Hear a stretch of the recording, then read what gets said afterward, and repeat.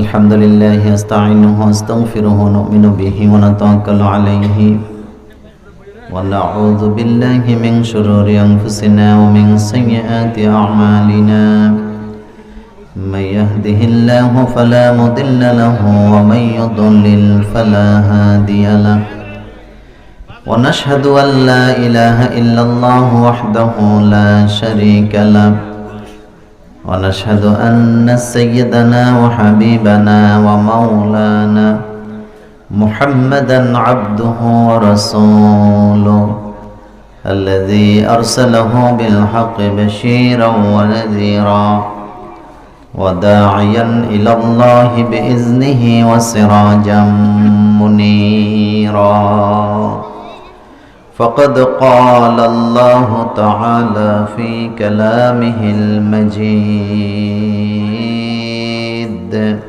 أعوذ بالله من الشيطان الرجيم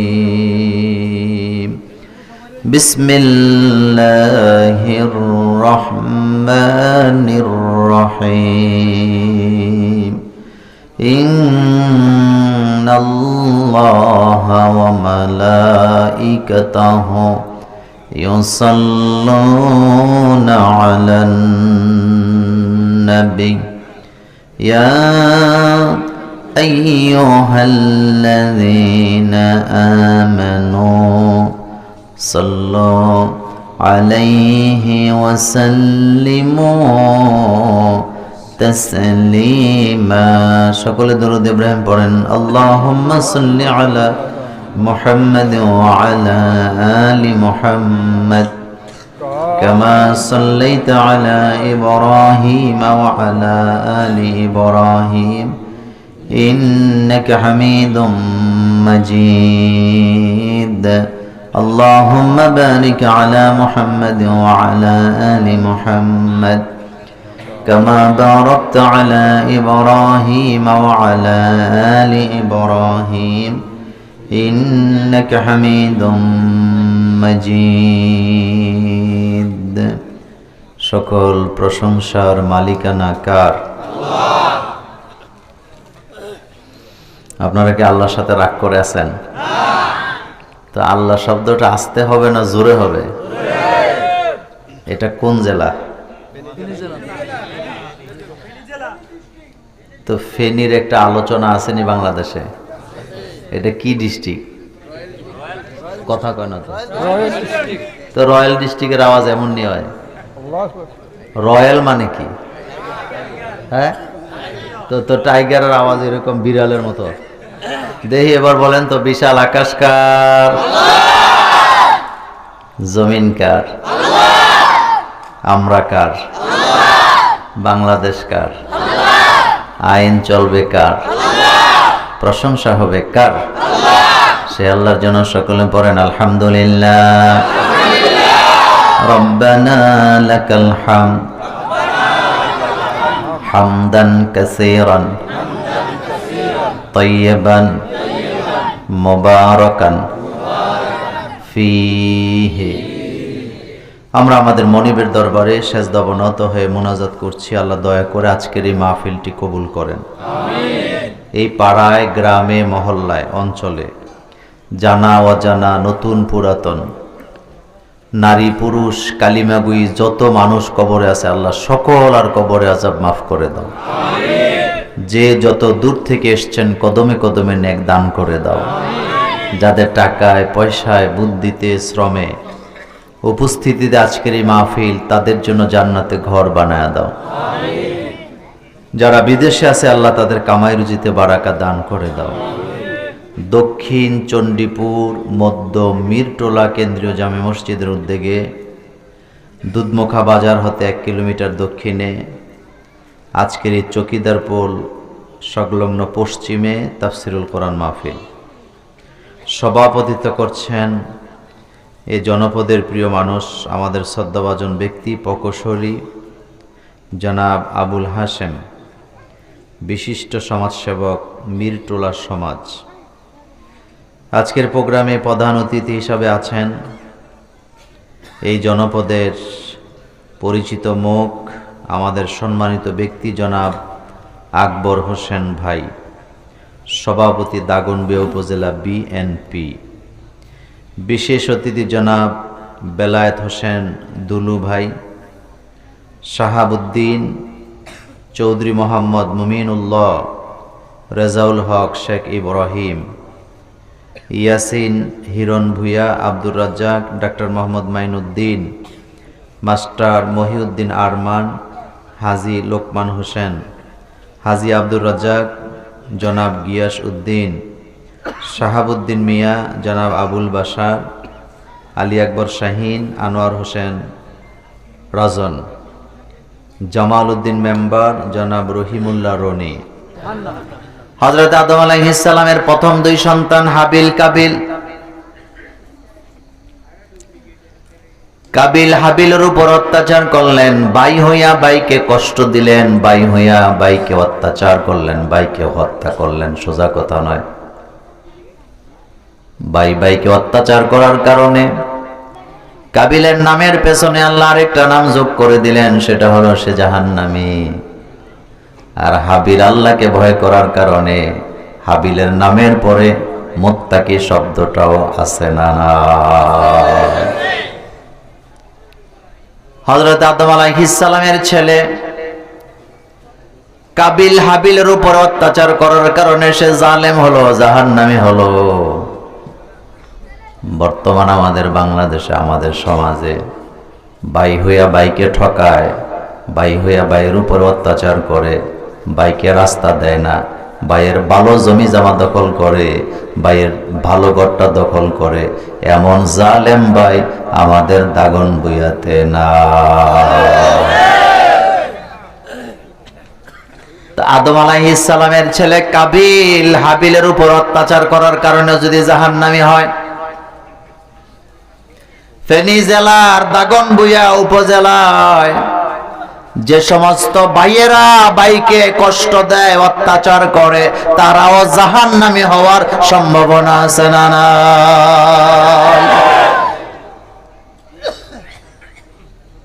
এমন ভাই আজকের মাহফিলে দুই একজন নাই। কাবিল হাবিলের সামনে যায় বলতেছে, লা আকতুলান্নাকা, আমি তোরে হত্যা করব।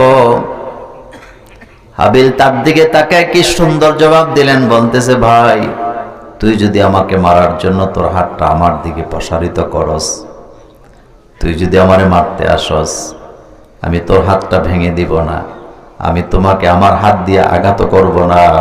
একটাই কারণ, তোমার আর আমার মধ্যে পার্থক্য হলো তুমি আল্লাহকে ভয় পাও না। ইন্নী আখাফুল্লাহ, আমার কলিজা ভরা আল্লাহর ভয় আছে না? যারা আল্লাহকে ভয় করে তারা কখনো ভাই বোনের উপর অত্যাচার করতে পারে না। যারা আল্লাহকে ভয় করে তারা কখনো সমাজের মানুষকে কষ্ট দিতে পারে না। যারা আল্লাহকে ভয় করে তারা কখনো সমাজের মানুষের হক নষ্ট করতে পারে না। কিন্তু যাদের কলিজার ভিতরে আল্লাহর ভয় নাই, তারা এই জমিনে ফাসাদ সৃষ্টি করে মানুষকে কষ্ট দেয়, এমন জালেম আছে না?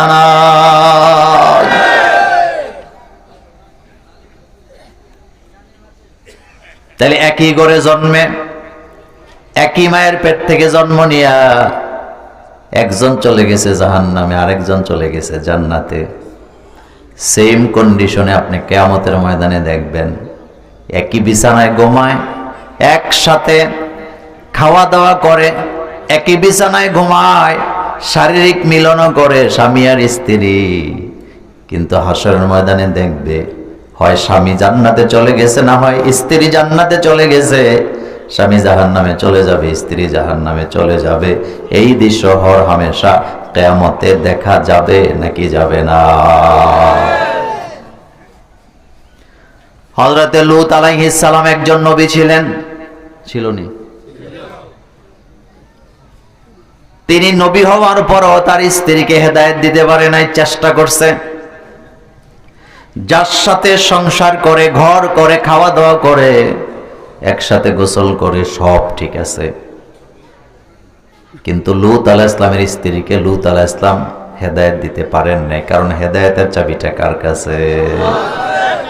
আপনি তাকায়া দেখেন, নবীর স্ত্রী জাহান্নামে চলে গেছে, আল্লাহ সাফ জানাই দিয়েছে লূতের স্ত্রী জাহান্নামী। তার মানে স্বামী লূত তিনি নবী, তিনি জান্নাতি, তার বিপরীতে তার স্ত্রী জাহান্নামী। তার মানে বোঝা গেল ভালো মানুষের সাথে ঘুমাইলে হবে না, শুধু আত্মীয় স্বজনের সাথে ভালো সম্পর্ক, ভালো মানুষের সাথে দেখলে সালাম দিলেই হবে না, নিজেও ভালো হওয়ার দরকার আছে না? না, আপনাদের নোয়াখালীতে এক মাহফিলে গেছিলাম, এক জায়গায় একজন নেতা আমারে হাত ধরে বলতেছে, মোল্লা ভাই দোয়া করেন হাসরে যেন আপনাদের লেজ ধরে জান্নাতে যাইতারি। কোন জায়গায় ধরে?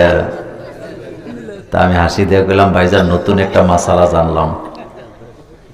নতুন একটা? কয় মোল্লা ভাই হেটা কি? আমি এটা জীবনে প্রথম শুনছি। কয় কি? আমি কি এই যে একটু আগে আপনি বললেন যারা জান্নাতে যাবে তাদের লেজ ধরে আপনিও জান্নাতে যাবেন, তার মানে বোঝা গেল যারা জান্নাতে যাবে তাদের একটা করে লেজও থাকবো। এবার কয় হাসি দিয়ে কয় এটা তো খেয়াল করি নাই। এমন কথা বলার মতো লোক আমাদের সমাজে আছে না? না,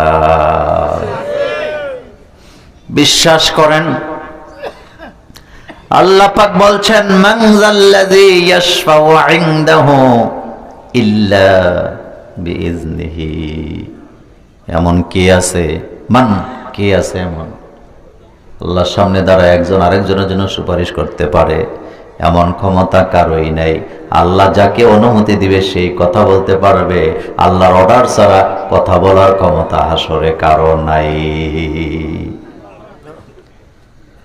আমাদের সমাজে একটা প্রবাদ বাক্য আছে, পাপকে ঘৃণা করো পাপীকে নয়, কারণ পাপী যে কোনো সময় তাওবা করে হেদায়েত পাওয়ার সম্ভাবনা আছে। কথা ঠিক নেই? দুই ব্যক্তিকে লানত করতে নিষেধ করেছেন মুহাম্মদ সাল্লাল্লাহু আলাইহি সাল্লাম।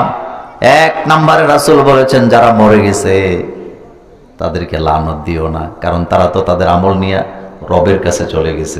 মুসলিমের হাদিস। কোথায় চলে গেছে? রবকে। জোরে কেন যুবকেরা কথা কেন? রবকে। তো তাদেরকে নিয়ে তুমি কথা বইলো না, তারা চলে গেছে রবের কাছে।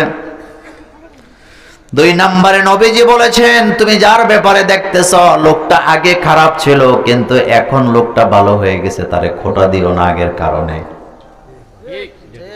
খোঁটা দিও না, কারণ সে তাওবা করেছে, তার তাওবা কবুল করেছেন কে?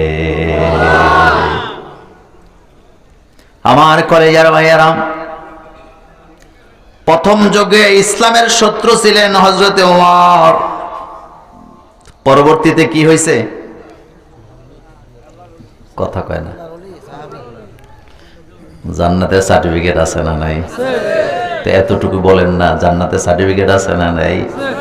রাসূলের কয় নাম্বার খলিফা? যেই রাসূলকে হত্যা করতে গেছে এখন সেই রাসূলের খলিফা। আমার কলেজার ভাইয়েরা, এই জন্য কাউকে বৎসনা আমরা করি না, আমরা গোলাপ ফুল হাতে নিয়া ইসলামের দরজায় দাঁড়ায়া ডাকতেছি সবাই আসেন, মিলেমিশে আল্লাহর জমিনে দিন কায়েম করি। এই যে আজকে গজল শুনলেন, কোনো একদিন কালিমার পতাকা উড়বে। আমিও বলে গেলাম নিশ্চিত উড়বে, টেনশনের কারণ নাই। ইসলামের বিজয় হবে, হয় আমাকে নিয়ে না হয় আমাকে সারা, কিন্তু আমি চাই আমাকে নিয়েই যেন ইসলামের বিজয়টা হয়। ইসলামের বিজয়ের অংশ হতে রাজি আছেন? এত আসতে বললে হবে না, রাজি আছেন? খেজুর পাকছে, বলেন কি পাকছে? ঘরে ঘরে খেজুর উঠবে, সারা বছর খাবে, কিন্তু আল্লাহ কয় যুদ্ধে যাওয়া লাগবে। কোথায় যাওয়া লাগবে? সাহাবাই কেরাম কয় রাসূল গো খেজুর পাকছে, একটা বছর খামই বলে ঘরে উঠাইয়া যুদ্ধটাকে এক মাস পিছাইয়া দেওয়া যায় না? আপনারা কি আর কথা বুঝেন? জোরে কর না। যুদ্ধ পোষণের দরকার আছে নাকি? আল্লাহ পাক বলছেন যে তোমরা জিহাদের ময়দানে যাও, তোমাদের জন্য বিজয় অপেক্ষা করতেছে। তারা বলতেছে সারা বছর খেজুর ঘরে রাইখা খাবো, এখন যদি যুদ্ধের ময়দানে যাই তাহলে তো টালমাটাল হয়ে যায়। আমরা খাবোটা কি? যুদ্ধটাকে একটু পিছিয়ে দেওয়া যায় না? ওই আলোচনা আজকে করব না। যখন জিহাদের ময়দান থেকে সাহাবায়ে কেরাম ফিরছে, রাসূলুল্লাহ ফিরছেন বিজয় নিয়া নাকি না নিয়া? কথা জোরে বলে। এখন তারাও গেছে, যে কোনো যুদ্ধের বিজয়ের পরে গনিমতের মাল আছে না নাই? এখন যারা জিহাদের ময়দানে যায় নাই, তারা যায় যে অজুহাত করতেছে, নিজে নিজে কথা বলতেছে, রাসূল গো আমাদের তো ইচ্ছা ছিল যুদ্ধের ময়দানে যাব, কিন্তু খেজুরগুলো পাকছে, কেমনে যাই? ইঙ্গিত দিয়া গেলাম বিজয় সারা পৃথিবীতে ইসলামের হবে, হয় আমাকে নিয়া না হয় আমাকে সারা। এখন আমি কোনটা চাই? আরো জোরে বলেন। শুধু বাংলাদেশ নয়, অচিরেই ভারতেও ইসলামের বিজয় হবে ইনশাআল্লাহ। আল্লাহু আকবার বলো মিয়া। এ কথা সত্য না মিথ্যা? ভারতের দিকে তাকায়া দেখেন, এরকমের বয়স্ক লোকেরা ইট মাথাত লয়ে যাইতেছে কি বানানোর জন্য? তো তারা রেখে আমরা বলছি যাওয়ার জন্য। এই কাতারে হিন্দুরাও আছে নাকি নেই? হেদায়েত কে দেয়? 1992 সাল, কত সাল? ডিসেম্বরের 6 তারিখ বাবরি মসজিদ ভাঙতে গেছে তারা ভারতে। আমার কলেজার ভাইয়েরা প্রথম আঘাতটা শাবল দিয়া মসজিদের গম্বুজের উপরে যিনি মেরেছিলেন তার নাম ছিল কি? বলবীর সিং। কি নাম? বলবীর। এখন কি সে বলবীর আছে না অন্য নামে?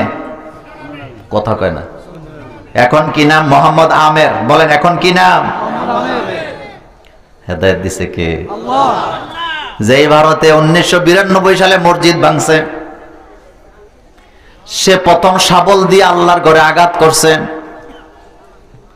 পরবর্তীতে তার পরিস্থিতি এমন হয়েছে, সে মুসলমান আলেমদের কাছে যায় কাহিনী শুনছে, যারা আল্লাহর প্রতি জুলুম করে তাদের শেষ পরিণতি কি হয়। সে মিলায় মিলায় দেখছে মসজিদ ভাঙার কারণে সবগুলা ঘটনা তার সাথে ঘটে গেছে। এবার সে সিদ্ধান্ত নিছে আমিও কালিমা পড়ে মুসলমান হলাম। সে ঘোষণা দিছে আমি পাশ্চাত্য করতে চাই, আমি আমার পাপের পাশ্চাত্য করতে চাই। সেটা কিভাবে?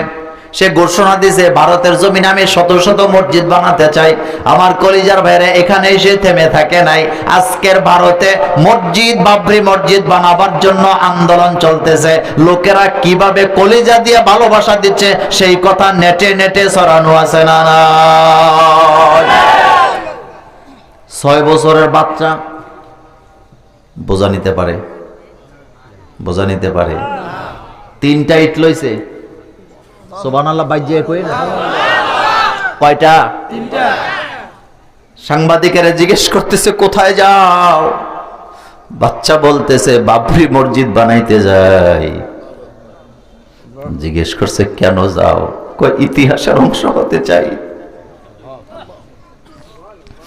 হিন্দু 80 বছর বয়সের মহিলা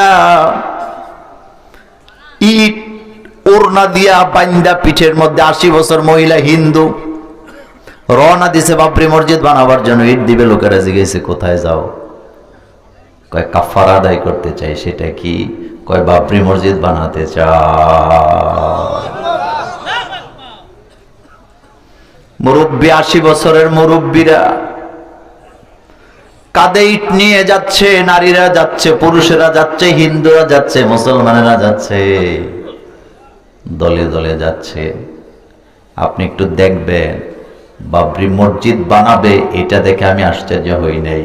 ভারতের মতো জায়গায় ইসলামের জোয়ার দেখে কলিজা ঠান্ডা হয়ে যায়। আপনাদেরটা হয়নি? আস্তে কয়, আপনাদেরটা হয়নি? ইসলামের বিজয় দেখলে যাদের কলিজা ঠান্ডা হয় তারা মুমিন। ইসলামের বিজয় দেখলে যাদের কলিজা জ্বলে তারা কি? মুনাফিক। আমি কইনি, আপনারা বলেন তারা কি? আমার কলিজার ভাইয়েরা, সেখানে কথা শেষ হয় নাই। ছোট্ট বাচ্চা ছেলে এখনো মসজিদ তৈরি হয় না, আজান দেওয়া শুরু করছে। সাংবাদিকেরা জিজ্ঞেস করলেন আজান কেন দাও? ছেলে বলতেছে মসজিদ হওয়ার পরে তো আজান হবেই, এখন থেকে আজান শুরু করে দিলাম।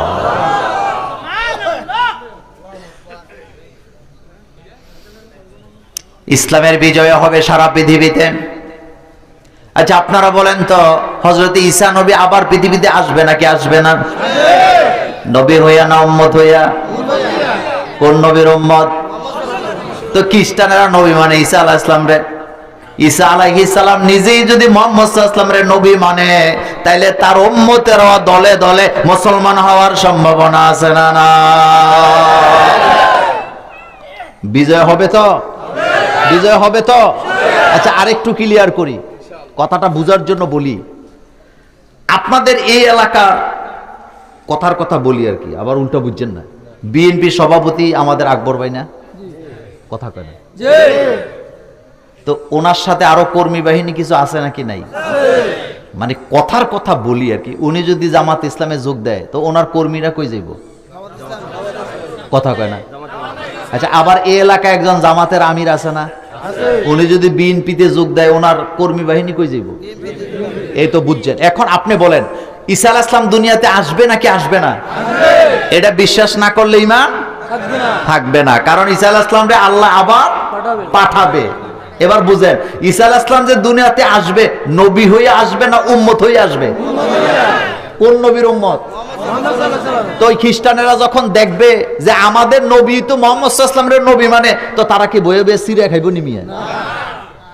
তারাও বলবে লা ইলাহা ইল্লাল্লাহ, জোরে লা ইলাহা ইল্লাল্লাহ, লা ইলাহা ইল্লাল্লাহ মুহাম্মাদুর রাসূলুল্লাহ সাল্লাল্লাহু আলাইহি ওয়াসাল্লাম। এখন জানতে চাই, আমরা মুসলমান আছি 250 কোটি, খ্রিস্টান আছে 300 কোটি, আসেনি? তো তাদের নবী যখন আমাদের দলে যোগ দেবে, আমাদের দল ছোট না বড়?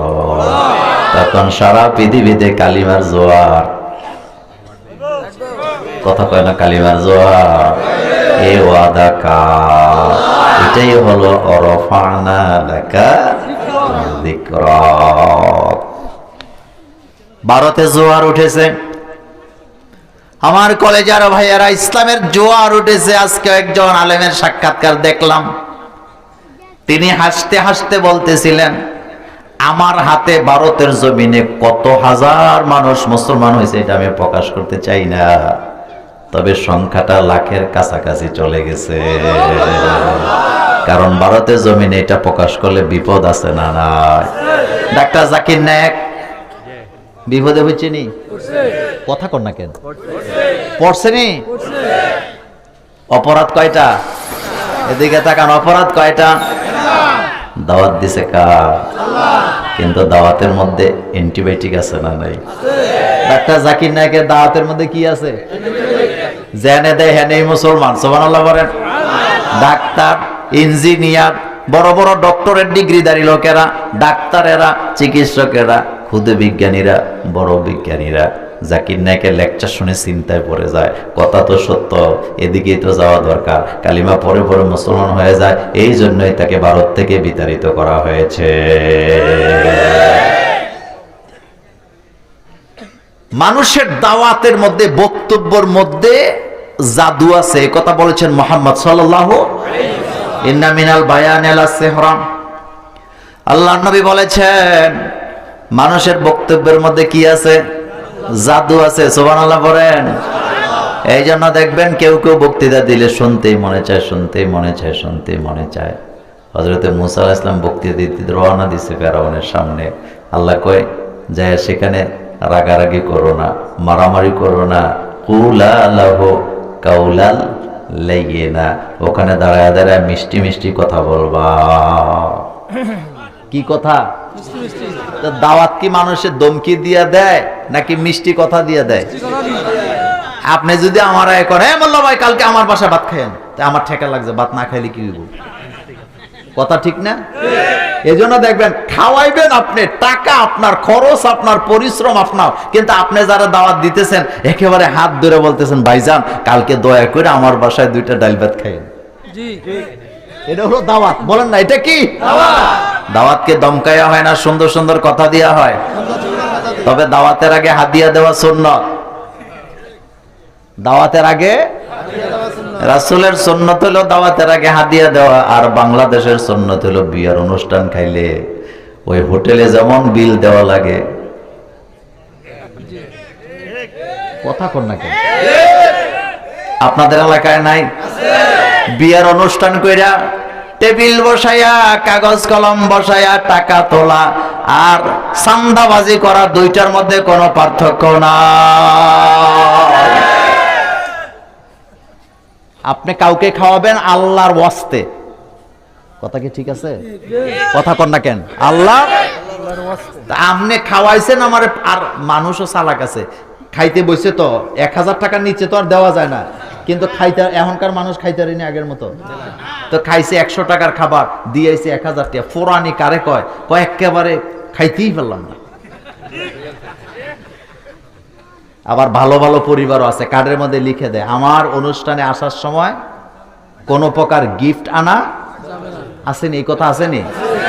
আছে।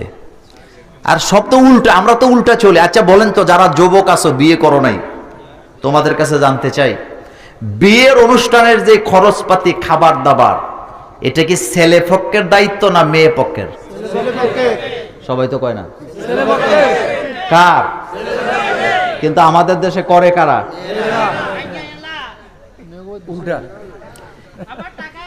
আবার টাকাও দেয়, যৌতুকও দেওয়া লাগে।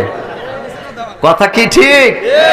হজ করে ছেলেরে বিয়া করে যৌতুকও নেয়, এমন যৌতুক হয় না আমাদের দাগন বিয়া না। যৌতুক হালাল না হারাম? তাহলে বিদেশ যাওয়ার জন্য টাকা নিলে ওইটা বোধহয় যায় যাইব।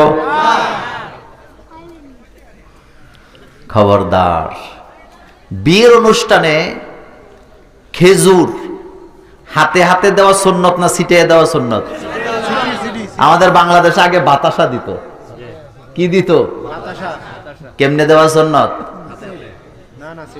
হ্যাঁ, ছিটাইয়া। আপনি দিয়া দেখেন, কইব তোর এটি খাই না, যাক বেটা, বলবে না? তো ছিটাইয়া কেন দেয়? কারণ বিয়ে মানে আনন্দ। আলহামদুলিল্লাহ পড়েন। আল্লাহর নবী যে কোনো বিয়ের অনুষ্ঠানে সাহাবাদেরকে বলতেন খেজুর গুলা ছিটাইয়া ছিটাইয়া দাও। খেজুর গুলা ছিটাইয়া দিত। সাহাবাদের মধ্যে কোনো অহংকার নাই, গর্ব নাই, তাকাব্বুরি নাই। নিজেরা নিজেরা প্রতিযোগিতা লেগে বিয়ের খেজুর টোকায় টোকায় খাইতো। এটার মধ্যে আলাদা একটা আনন্দ আছে না? না। আর আপনারে দিলে আপনি কইবেন আমার কি ইজ্জত নাইনি? কথা কি ঠিক? আমার কি তো ইজ্জত কোনটা হেডাও তো বুঝে না। তা আপনি যে বিয়ার বাড়িতে দাবি করে 500 লোক লয়ে খান, ওইটা তো ইজ্জতের 12টা বাজাই দিছেন আপনি। কথা কি ঠিক? যারা বিয়া করছো না তারা হাত তোলো। হ্যাঁ তোলো। যারা বিয়ে করো নাই তারা হাত তোলো।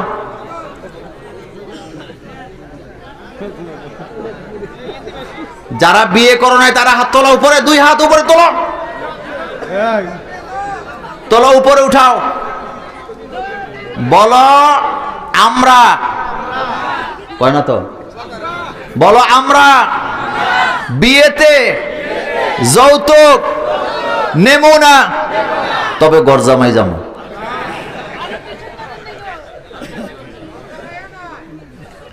যারা আব্বা তারা মনে মনে করতে জানে কি আমারটা আমি নেম। এরকম আব্বা আসেনি? তো এই আব্বা জান্নাতি না জাহান্নামী? আগে জানাই দে, আমরা কিন্তু বুয়া বাড়ির লোক। কি বাড়ির লোক? 500 খাওয়াইতে হবে। তো এটা চাঁদাবাজি আর যৌতুক হয় নাই এখনো। রাসূল সাল্লাল্লাহু আলাইহি ওয়াসাল্লাম বলছেন, কাউকে যখন তুমি খাবার দিবা, খাওয়াবা, মনের আনন্দে খাওয়াবা, তবে তার কাছে দোয়া চাইবা না। মনোযোগ আছে নি? দোয়া চাইবা না। কিন্তু রাসূল যে খায় তার ব্যাপারে বলেছেন, তুমি যখন কারো বাড়িতে খাবা স্বেচ্ছায় দোয়া করে দিয়ে আসবা, কারণ মেহমানের দোয়া আল্লাহর দরবারে কবুল হয়ে যায়। আর আমাদের দেশে উল্টা চলে, খাওয়াই কয় হুজুর বেশি করে দোয়া করেন, আরো জন খাওয়াইতেন। বলেনি? কোনো দরকার নাই। রাসূল সাল্লাল্লাহু আলাইহি ওয়াসাল্লাম যে খাচ্ছে তাকে বলে দিছে তুমি দোয়া করবা, কারণ মেহমানের দোয়া আল্লাহর দরবারে কবুল হয়ে যায়। আবার মেহমান দেখলে চেহারা কালো করে এমন লোক নাই? আল্লাহ নবী বলেছেন তোমার বাড়িতে যখন মেহমান আসে খালি হাতে আসে না, বৃষ্টির মতো বরকত নিয়ে আসে। আপনি কালকের থেকে পরীক্ষা করে দেখবেন, 3টা ভাই, 4টা ভাই অথবা 2টা ভাই, বোনেরা যেই ঘরে বেড়াইতে আসলে থাকে খায়, ওই ঘরে বরকতের কোনো অভাব নাই। আর যেই ভাই বোনদেরকে খাওয়ায় না, তার ঘরে বাতিও জ্বলে না। ঠিক নেই? কথা আসতে কয় ঠিক নেই? কালকে পরীক্ষা করবেন। যেতে খাওয়ায় না বোনদেরকে, রাসূল বলছে যারা বোনদের দায়িত্ব পালন করে না তাদের জীবনে কোনো বারাকা থাকে না। আল্লাহ নবী বলেছেন যারা বোনদেরকে খাওয়ায়, লালন পালন করে, হক আদায় করে, ওই ভাইদের জন্য জান্নাতের দরওয়াজা ওয়াজিব হয়ে যায়। আপনি দেখবেন বোনদেরকে খবর নেন, এক বেলাও খাওয়ায় না, দেখবেন হেতের ঘরে শুধু অভাব আর অভাব। এরকম আছে নি? আরো জোরে বলেন আছে না? না, কথা লম্বা করতে চাই না, আমার কলিজার বেড়া কথা বলতেছিলাম। হালালের পথে থাকবো না হারামের পথে থাকবো? হারাম আছে যেখানে আমরা নাই, ইসলামের সাথে আছি না? নাই। ইসলামের বিজয় দিবেন কে? তবে বিজয় যখন পাবো তখন কি ইবাদত আরো বাড়বে না কমবে? আল্লাহ পাক বলছেন ইযা জাআ, পড়েন সবাই, ইযা জাআ নাসরুল্লাহি ওয়াল ফাত ওয়া রাআইতান নাসা ইয়াদখুলুনা ফি দীনিল্লাহি আফওয়াজা ফাসাব্বিহ, সবাই পড়েন, ফাসাব্বিহ বিহামদি রাব্বিকা ওয়াস্তাগফিরহু ইন্নাহু কানা তাওয়াবা। ফাসাব্বিহ, তাসবিহ হবে কার? আল্লাহ। বিহামদি, প্রশংসা হবে কার? আস্তাগফিরহু, তাওবা করবেন কার কাছে? তাওবাকারীদেরকে ভালোবাসেন কে? আরো জোরে বলেন কে? আল্লাহর নবী বলেছেন যারা তাওবা করে আল্লাহ তাদেরকে ভালোবাসেন। আল্লাহর নবী আরেক হাদিসে বলেছেন কুল্লু বানি আদম খাত্তা কুল্লুকুম খাত্তা ওয়া খায়রুল খাত্তাইনা তাইবুন। তোমাদের মধ্যে সবাই অপরাধ করো, কিন্তু অপরাধীদের মধ্যে ওই অপরাধীকে আল্লাহ ভালোবাসে যে অপরাধী অপরাধের কথা স্বীকার করে, আল্লাহর কাছে তাওবা করে। সুবহানাল্লাহ পড়েন। অপরাধী অপরাধ তো করেই, আল্লাহ রাসূল বলছেন কুল্লুকুম খাত্তা, তোমরা সবাই ভুল করো, কিন্তু আমরা নবীরা ভুল করি না, কারণ নবীদেরকে কন্ট্রোল করে কে? আল্লাহ। আমাদের ভুল আসেনি? আরো জোরে বলেন আসেনি? কয়দিন আগে দেখলাম এক বিরাট বড় 80 বছরের এক বুড়া বলতেছে আমার জীবনে আমার কোনো পাপ নাই, এজন্য তাওবাও করি না। আচ্ছা বলেন তো, মানুষের অপরাধ শুধু কি প্রকাশ্যে হয় না অনিচ্ছায় হয়? অপরাধ ছাড়া কোনো মানুষ আছে? নবীরা মাসুম, বলেন নবীরা কি? কারণ নবীদেরকে কন্ট্রোল করে কে? এই কন্ট্রোল নবীদেরকে আল্লাহ কঠোর করে রাখছে, কোনো অপরাধ তাদের কাছাকাছি ভিড়তে পারে না। কিন্তু আমরা মানুষ, কথার মধ্যে ভুল আছে না নাই? কাজের মধ্যে ভুল আছে না নাই? হাঁটার মধ্যে ভুল আছে না নাই? নিজের অজান্তে ভুল আছে না নাই? প্রকাশ্যে আছে না নাই? গোপনে আছে না নাই? শিরিক গুনাহ আছে না নাই? প্রত্যেক গুনার জন্য তাওবা করতে হবে কার কাছে? অপরাধ তো হয়েই যায়, অপরাধ ছাড়া মানুষ নেই। কিন্তু রাসূল বলছে অপরাধীদের মধ্যে ওই অপরাধীকে আল্লাহ ভালোবাসে যে অপরাধী অপরাধ করার পর আল্লাহর কাছে মাথা নত করে তাওবা করে। ইবলিস শয়তান, কি শয়তান? কোথায় ছিল? জান্নাতে। কথা কন না কেন? কোথায় ছিল? ওই ওয়াজ আজকে নয়, বুঝার জন্য বলি। আল্লাহ যখন তাকে বললেন মা মানাককে তোরে নিষেধ করেছিল, যখন আমি বলছিলাম আদম রে সেজদা দে, এখন অহংকার করে বলতেছে আনা খায়রুম মিনহু, আমি আদমের চেয়ে উত্তম।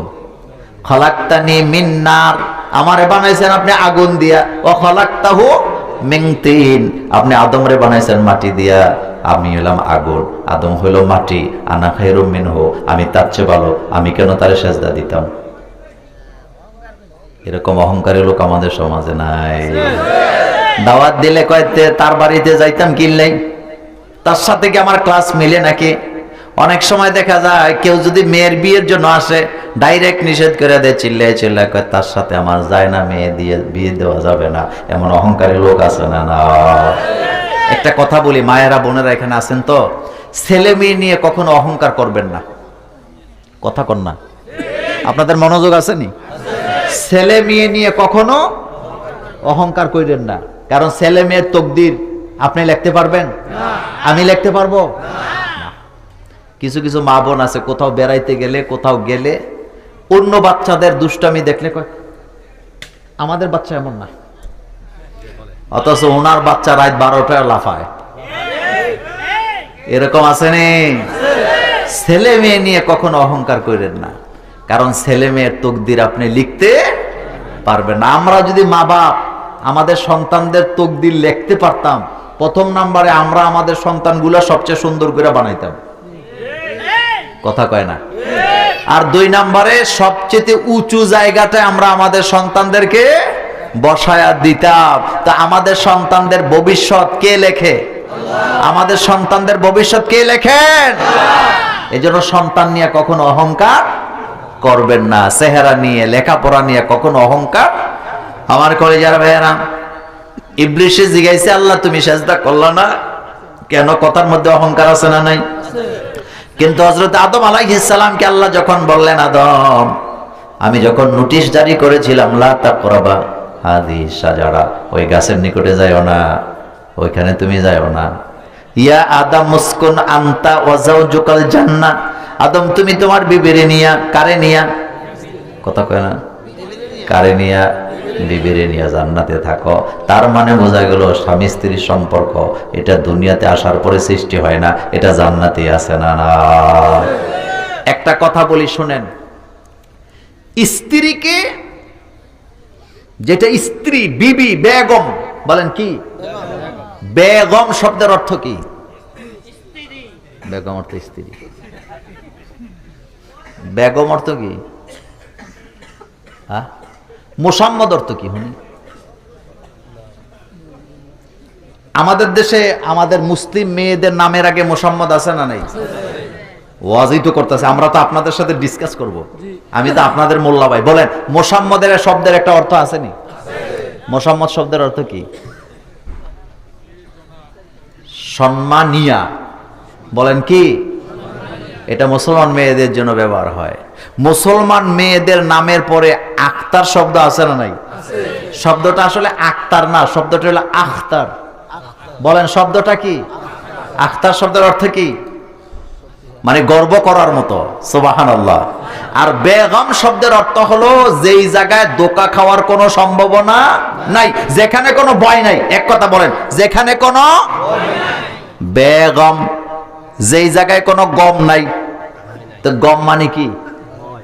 ভয়, ভীতি, ধোঁকাবাজি। এক নম্বরে বাংলায় যদি কই সেকা খাওয়া। কি খাওয়া? কথা করা, কি খাওয়া? কারণ বিয়ে করে প্রেম করলে লাভ আছে, যতবার স্ত্রীর দিকে তাকাবি ততবার সওয়াব পাবি। কিন্তু বিয়ার আগে যদি প্রেম মারাও, হুন্ডা বেচা বান্ধবীর হ্যাপি বার্থডে গিফট দেওয়া লাগবো। আর কয়দিন পরে এই প্রেমের কারণে সেকা খাইবি, সেকা খাইয়া কি হইয়া ঘুরে থাকবো। কথা ঠিক না? এবার স্লোগান হবে, বিয়ার আগে প্রেম করে যারা সেকা খায় তারা। বলেন, বিয়ার আগে প্রেম করে যারা সেকা খায় তারা, সেকা খায় যারা ডিপ্রেশনে ভোগে তারা, ডিপ্রেশনে ভোগে যারা নেশা করে তারা, নেশা করে যারা জীবন বরবাদ করে তারা। কথা ঠিক নেই? আদম আলাইহিস সালাম রে আল্লাহ পাক বলতেছে, আপনি আপনার বেগম রে লইয়া জান্নাতে ঘুরেন, না কইছে বান্ধবীরে লইয়া ঘুরেন। কি কইছে? কি কইছে? ইয়া আদম উসকুন আনতা ওয়া যাওজুকাল জান্নাতা। তাহলে বোঝা গেল স্ত্রী নিয়ে ঘুরলে সওয়াব আছে না নাই?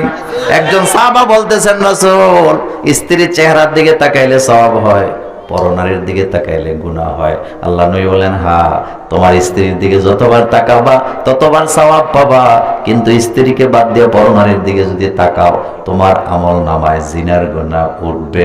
এটা জানার পরেও বিভিন্ন দোকানপাটে মুরব্বীরা বয়া বয়া গরম চা টানে, আর টেলিভিশনের পর্দায় নায়িকার সিনেমার দিকে তাকায় তাকায় চোখের পানি ফেলায়, এমন মুরব্বী আছে না? না।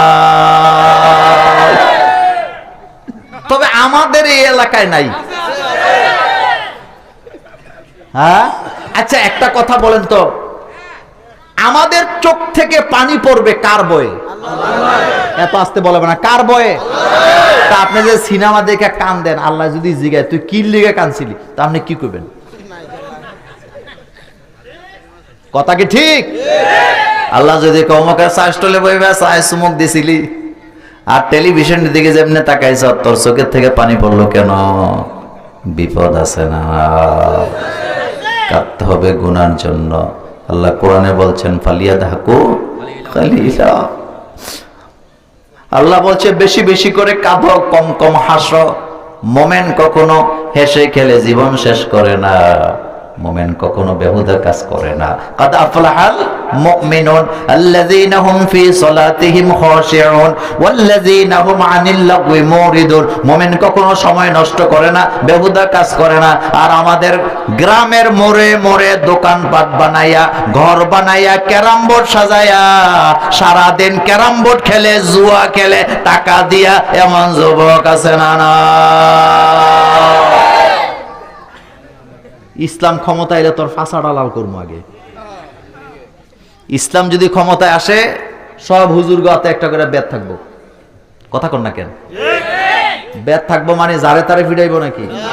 একটা কথা মনে রাখবেন, একটা কথা মনে রাখবেন, স্কুলে মাদ্রাসায় যতক্ষণ টিচারের হাতে বেদ ছিল, মানুষগুলা মানুষ হইছে। কথা ঠিক নেই? বেদও গেছে, মনুষ্যত্ব। কথা কি সত্য?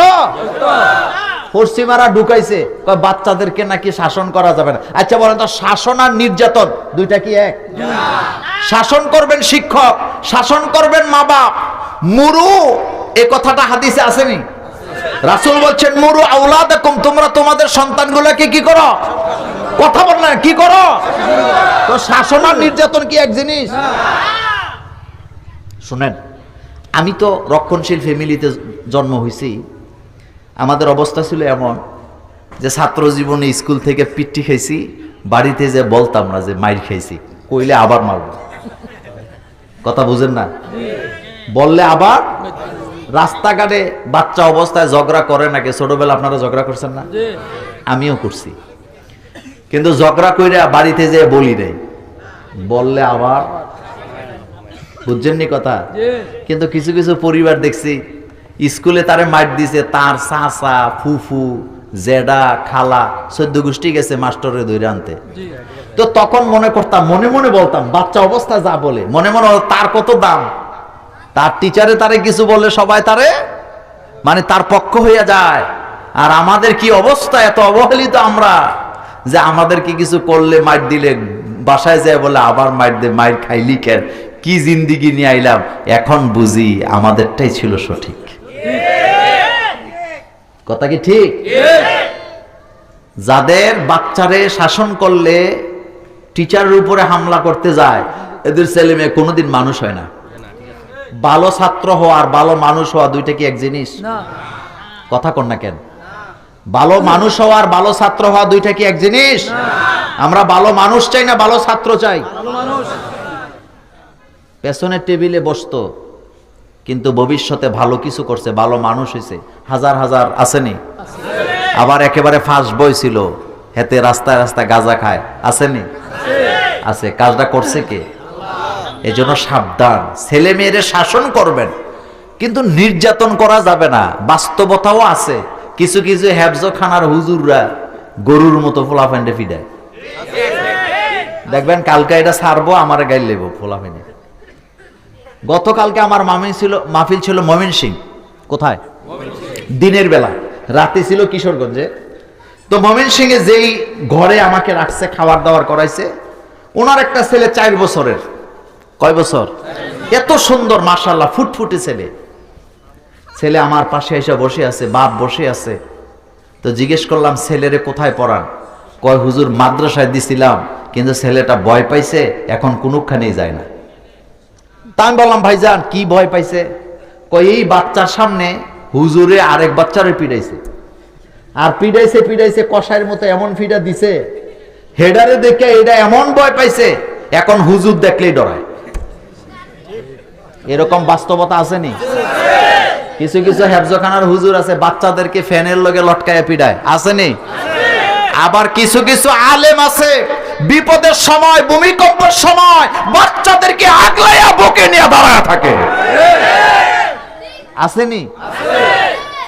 একটা মানুষ আর একটা অমানুষ। বলেন একটা মানুষ আর একটা। এই যে বাচ্চাদের আপনারা পিডান মাদ্রাসার মধ্যে ফালাইয়া, আচ্ছা বলেন তো বাচ্চাদের কোনো শরীয়ত আসেনি?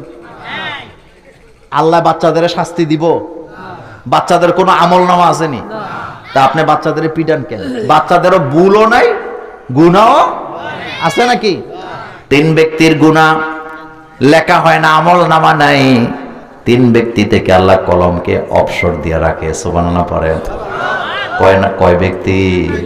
1 নম্বরে নাই মন, যারা ঘুমায় থাকে, ঘুমন্ত অবস্থায় বান্দার গুনাহ লেখা হয় না। 2 নাম্বার যারা অ্যাডাল্ট হয় নাই এখনো, বাচ্চা, নাবালক বাচ্চাদের কোনো শরীয়ত নাই। নাবালক বাচ্চাদেরকে কলম আল্লাহ অবসর দিয়ে রাখছে। রাসূলুল্লাহ সাহাবায়ে কেরামকে বললেন, রাসূল গো, নাবালক বাচ্চাদের আমলনামা নাই, সওয়াব লেখা হয় না, কিন্তু এই বাচ্চাগুলা তো কোরআন তেলাওয়াত করে, নামাজ পড়ে, আল্লাহকে সেজদা দেয়, তাদের সওয়াবগুলা কোথায় যায়? আল্লাহর নবী বললেন, বাচ্চাদের আমলনামার আমলগুলা মা বাপের আমলনামায় চলে যায়। আল্লাহু আকবার বলেন। এই যে সকালবেলা আমার মায়েরা বোনেরা বাচ্চাটাকে মক্তবে পাঠায়, এই বাচ্চাটা যত কোরআন তেলাওয়াত করে সব মা বাবা দাদা দাদির আমল নামায় হাজির হয়। লাভ না লস? লাভ না লস? 3 নাম্বার যারা পাগল, বলেন কি? আকল নাই, আকল ঠিক নাই, তাদের আমল নামা লেখা হয় না, অবসর থাকে। ল্যাংটা পাগল অথবা পাগলকে কখনো বর্ষনা দিবেন না, কারণ আপনি মারা গেলে আপনার হিসাব হবে, পাগলের কোনো হিসাব নাই। পাগলকে শরীয়ত থেকে রুখসত দান করেছেন কে? তাহলে কয়টা হইছে? 1 নাম্বার ঘুমন্ত ব্যক্তি, যতক্ষণ ঘুমায়, সজাগ হইলে আবার আমল নামা শুরু। এই জন্য সজাগ হয়ে বলতে হবে। কি বলবেন? আলহামদুলিল্লাহ হিল্লাযী আহইয়ানা বা'দামা আমাতানা ওয়া ইলাইহিন নুশুর। ঘুমের মধ্যে ঘুমায় আছেন, ঘুম থেকে জাগ্রত হয়ে দেখলেন আপনি ক্লান্ত, আজকে পরীক্ষা করবেন, জোরে জোরে পড়বেন আলহামদুলিল্লাহিল্লাযী আহইয়ানা বা'দামা আমাতানা ওয়া ইলাইহিন নুশুর। এই দোয়া পড়ার পরে আপনাকে সবল করে দিবেন কে? তাহলে কয় ব্যক্তি থেকে কলম আল্লাহ উঠায়া রাখে? 1 নাম্বার। 2 নাম্বার শিশু বাচ্চা, যেটি এখনো অ্যাডাল্ট হয় নাই। তো আল্লাহ কয় তার কোনো গুনাহ নাই, আর আপনি তারে বাম হাতে কিছু দিলে তো খবর আছে। শুনেন, এদিকে তাকান। বাচ্চা যদি বাম হাতে কিছু দেয়, তাহলে বাচ্চাকে হাসি দিয়া বুঝাইবেন যে ডান হাতে দিতে হয়। বলেন কি হাতে? কিন্তু যখন বাচ্চাটা বাম হাতে দিছে, বাচ্চার কোনো গুনাহ হইছে নি? কিন্তু এই যে একেবারে যে ধমকি দিয়ে লইয়া পড়েন, যে আপনাদের ফেনীর ভাষায় কি কয়? ধমকি দিয়ে যায়, ধমক দিয়ে কি করে? এরকম ধমকি দেই না, আসেনি? আবার কিছু কিছু মুরব্বী মসজিদের বারান্দার দায়িত্ব নিছে, লাঠি লিয়ে বয়ে থাকে, বাচ্চারা দুষ্টামি করলে দৌড়ানি দেয়, এমন মুরব্বী আমাদের দাগন বিয়েতে না। আচ্ছা, ওই ওয়াজ আজকে করবো না। আমাদের মুরব্বীরা আবার একটা ভালো কাজ করে, এটা কি জানেন? বাচ্চাদের দেখলে কয়, আজকালের বাচ্চা যা দুষ্ট, আমরা এমন আছিলাম না। বলেনি? তা আমি, আল্লাহ যদি আমাদের ক্ষমতা দিত, আর এই বয়সে আপনি কি করছেন না করছেন যদি একটু রিলটা টান দিয়ে দেখতে পারতাম, তখনই বুঝতাম আপনি কই উঠতেন কই নামতেন। কথা ঠিক নেই? তবে আমি একটা হাদিসের ব্যাখ্যা পড়ছি কয়েকদিন আগে, মজার জিনিস। সেটা হলো, প্রত্যেক আগের বাবারা তাদের বাচ্চাদেরকে এই বলে খোটা দেয় যে আমরা এরকম আছিলাম না। যেমন আমাদের দাদারা আমাদের বাবাদেরকে বলছে, তোরা যা দুষ্টামি করস, আমরা এমন আছিলাম না, বলছেনি? আবার আমাদের আব্বারা আমাদেরকে বলছে, তোদের মতো দুষ্ট আমরা আছিলাম না। আমরা আবার আমাদের, আপনি করনি? বলেনি? বলেনি? আমিও বলি, আমার বাচ্চারা অনেক সময় বলি, ভাই তোরার মতো আমরা আছিলাম না। আসলে এটা একটা মানবীয় গুণ। সুবহানাল্লাহ পড়েন। এটা একটা কি? আমরা যে আবার আমাদের বাচ্চাদের ধমকাই যে আমরা এরকম আছিলাম না, সেম আমাদের বাচ্চারা আবার আমাদের নাতিদেরকে বলবে। আবার দেখবেন ঘরের মধ্যে বাচ্চারা যদি কোনো গ্লাস ভাঙে, মা তখন দারোগা হয়ে হাজির হয়, কথা কর না কেন? কিন্তু মায় যদি ভাঙে কোনো আওয়াজ নাই। ভাই আর বোন টেবিলে পড়তে বসছে, রান্নাঘরে গ্লাস একটা ভাঙ্গার আওয়াজ হইছে, তো ভাই বোনেরে কয় বাংলো কে? কয় এখনো বুঝতা আম্মা ভাঙছে। কয় তুইও এখানে আমিও এখানে, বুঝলি কেমনে? কয় এই জন্য তো কোনো আওয়াজ নাই। কথা ঠিক নেই? এ মা বোনেরা এখানে আছে, দেখেন নিজে বাংলে কোনো আওয়াজ, ফাটাইলে কোনো আওয়াজ, কিন্তু অন্যরা বাংলে কি আছে? এটা আমাদের ঘরেও আছে, আলহামদুলিল্লাহ। এটা ঘরের সৌন্দর্য। যাই হোক, মায়েরাই তো শাসন করবে, কথা ঠিক কিনা? আমরা 7 ভাই বোন ছিলাম। কয়জন? আমি হইলাম সবার ছোট আর কি, এটারে শেষ কাটাইলে কয়। তা আমাদেরকে আব্বা কোনোদিন মারছে না, যা মাইর খাইছি সব বুঝছেন তো, কথা কয় না কারাতে। আর মাইর তো মাইরের সাইজ কি বলে দিই আজকে। আমার আম্মা একটা বিড়াল পালতো, তো ওই বিড়ালরে শাসন করার জন্য এরকম একটা বেত ছিল, এটা দিয়ে আমগরু চলতো। আহারে, মায়েরাই তো শাসন করবে, কথা ঠিক কিনা? যে মা শাসন জানে তার বাচ্চারা মানুষ হবেই। আর যেই মা সারাদিন টিকটক দেখে, সারাদিন এখানে সেখানে কথা বলে, আত্মীয় স্বজনের সাথে ঘন্টার পর ঘন্টা কথা বলে, এই মায়ের বাচ্চারা মানুষ হওয়ার কোনো সম্ভাবনা নাই। এরকমের মা আসেনি? কথা বলেন আসেনি? নিজের ঘর আগে ঠিক করেন, বলেন নিজের ঘর আগে, নিজে আগে ঠিক হন, নিজে আগে নামাজি হন, নিজে আগে পর্দা করেন, নিজে আগে ইজ্জত বুঝেন, আপনার বাচ্চারাও ইজ্জত বুঝবে ইনশাআল্লাহ। নিজে আগে মানুষকে সম্মান করতে শিখেন, তাহলে আপনার বাচ্চারাও কি করবে? সম্মান করবে। এই কথা সত্য না মিথ্যা? সত্য। আপনার বাচ্চারা যদি দেখে আপনারা ভালো মেহমানদারি করেন, আপনাদের মানে এক কথায় আপনার স্বামীর বোনকে অথবা স্বামীর ফুফুদেরকে আপনি মেহমানদারি করেন, আপনি নিশ্চিত থাকেন আপনার বাচ্চারাও এটা শিখবে, তারাও মেহমানদারি করবে। আর আপনারে যদি দেখে আপনি ওই যে স্বামীর বড় বোনের সাথে মেজো বোনের সাথে সারাদিন এদেরকে দেখতেই পারে না, শুধু এদের বদনাম করতে থাকেন, তো এগুলা বাচ্চারা শিখবে নাকি শিখবে না?